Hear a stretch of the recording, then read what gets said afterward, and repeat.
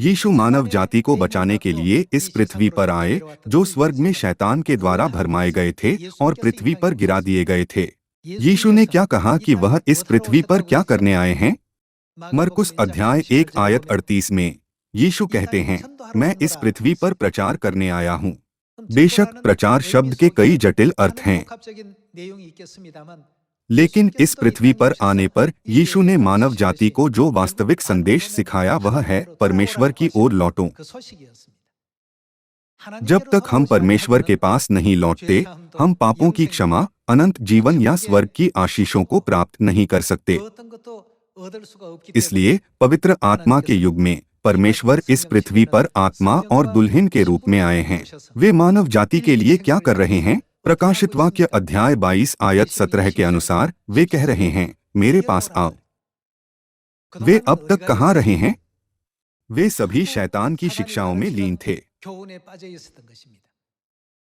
इस प्रकार हमें अपने आसपास के सभी लोगों को परमेश्वर के पास लौटने के लिए कहना चाहिए।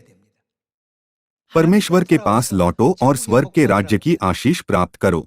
आइए हम मत्ती अध्याय 28 पढ़ें। आइए मत्ती अध्याय 28 आयत 18 देखें। यीशु ने उनके पास आकर कहा, स्वर्ग और पृथ्वी का सारा अधिकार मुझे दिया गया है। इसलिए तुम जाओ, सब जातियों के लोगों को चेला बनाओ और उन्हें पिता और पुत्र और पवित्र आत्मा के नाम से बपतिस्मा दो और उन्हें सब बातें जो मैंने तुम्हें आज्ञा दी है मानना सिखाओ, और देखो मैं जगत के अंत तक सदा तुम्हारे संग हूँ।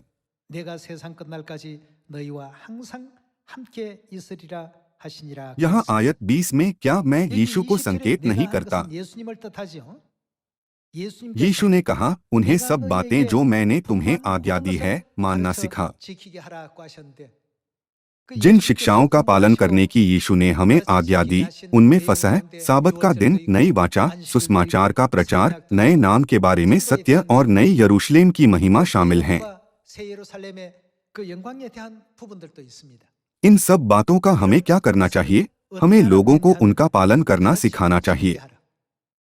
यदि हम इन सभी बातों पर करीब से नजर डालें, तो हम परमेश्वर की शिक्षाओं के सही अर्थ को समझ सकते हैं।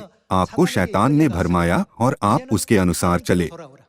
अब परमेश्वर के पास लौटिए। क्या इस पृथ्वी पर आने पर परमेश्वर ने हमें यही नहीं सिखाया? जब हम ऐसा करते हैं तो हम आशीषें, स्वर्ग का राज्य और अनंत जीवन की विरासत में प्राप्त कर सकेंगे। तब हम अपने मनों को, जिसे शैतान ने छीन लिया था, वापस परमेश्वर की ओर फिरा सकते हैं।